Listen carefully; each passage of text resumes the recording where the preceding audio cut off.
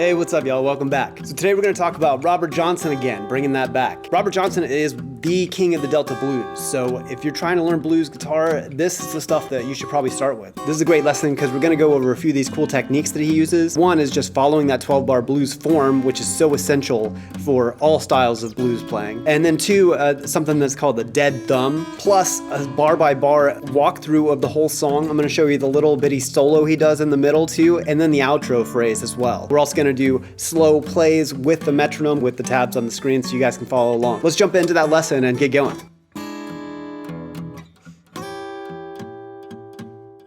All right, so here's the intro phrase, and it's where he's taken this A7 shape. It's kind of like if you have a D7 chord here in the first and second positions, and then you shoot that all the way up to the 8th position. So we're on third fingers on the 9th fret of the first string, first fingers on the 8th fret of the second string, second fingers on the 9th fret of the third string. And what we're doing is he likes to walk this down to this 5th fret note right here. And then he's going to go to this standard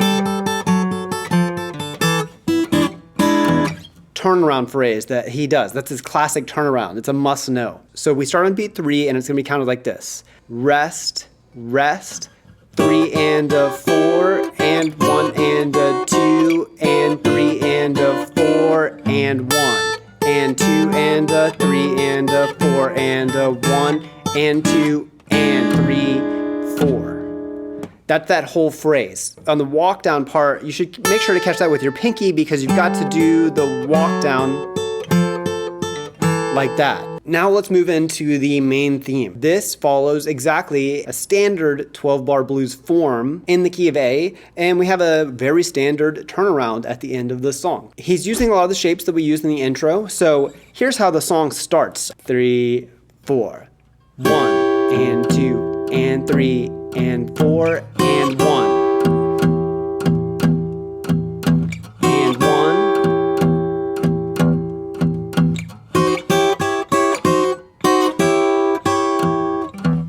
He's only kind of doing this variation where he's hitting this and then like a tension chord right below it, which is the same shape, just slid down a half step, just like how we had in the intro. 1 and 2 and 3 and 4 and 1 and 2. The last bar goes like this. 1 and a 2 and 3, 4.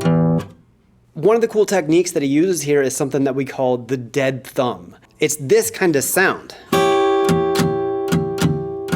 Okay, you've heard that before. I think the first times when I heard that, I kind of thought that that was like a mistake or like he was playing it sloppy or something, and because he's not getting a tone into these notes. There's no pitch to it. It's almost just like a click. But that's exactly what he's going for. He's going for kind of a rhythmic back. It's kind of like a drummer almost. The best place to do this is over the A chord in the first 4 bars. So you're basically all you're doing here is we're just heavily muting. Normally we would mute kind of closer to the bridge down here, but we're just going to move that up a couple inches so it clicks off the notes. So if I go back here, there's too much note. This is the dead thumb technique. So kind of bring it up a little bit higher. And then for notes over the A chord, you should play the E string and the A string. And it sounds like that. A real kind of deep, bassy A sound. Let's go into that next set. And 3 and 4 and 1 and 2 and 3 and 4 and 1 and 2 and 3 and 4 and... All right, so we're playing over bars 5 through 8 now. We've got 2 bars of a D. In this case, we're going to play a D over F sharp. Okay.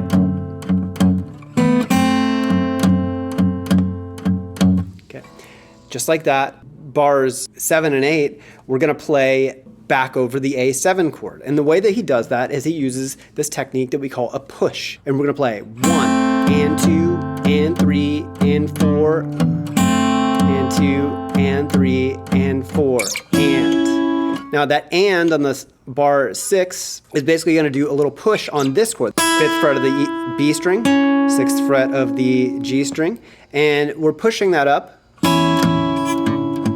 right before bar 6, okay? So altogether it'll sound like this. 1 and 2 and 3 and 4 and 1 and 2 and 3 and 4 and 1 and 2 and 3 and 4 and 1 and 2 and 3 and 4 and let's go over that little riff that we did there. Again, he likes to slide this chord shape down, right? So what he's doing is just right on beat 4, he goes 4 and 1. Let's move on to the last part. So then we have the last 4 bars, which are gonna go to an E chord for 1 bar, a D chord for 1 bar, and then an A to a turnaround. That whole thing sounds like this. 1 and 2 and 3 and 4 and 1 and 2 and 3 and 4 and 1. 2 and 3 and 4 and 1 and 2 and 3, 4. All right, great. So that is the main theme of the song. What we're gonna do now is we're just gonna go over a couple of these variations. So this variation here is when he goes into bar 5 over the D chord, instead of doing this like we did before, okay, instead of doing that, he's gonna do this phrase.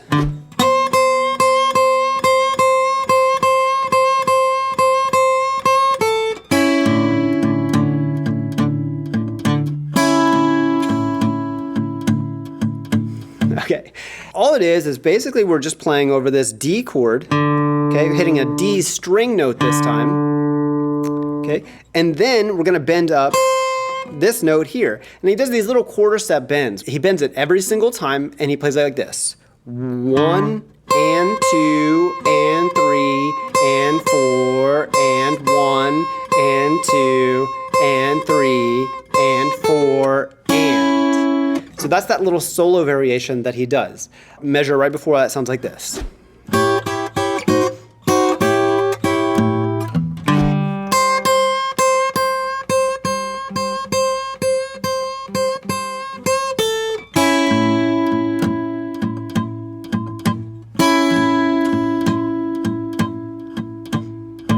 The last variation that he has is at the very end of the song, he does a different ending tag. Basically the same kind of turnaround that he does, it's a variation of that. Instead of doing this, he goes like this. 1, 2 and 3, 4, 1, 2, 3 and 4 and 1.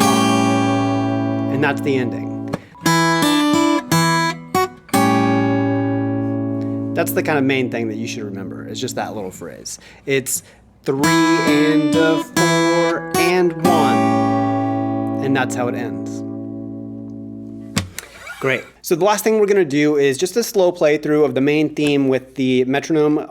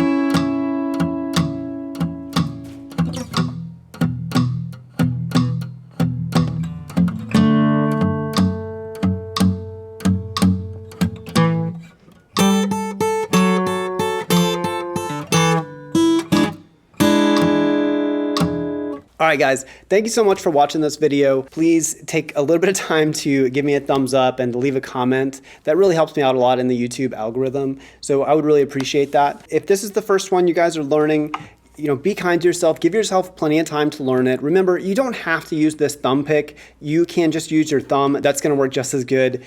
The thumb pick is gonna sound a little bit more authentic though. But anyways, I'll see you guys on the next one.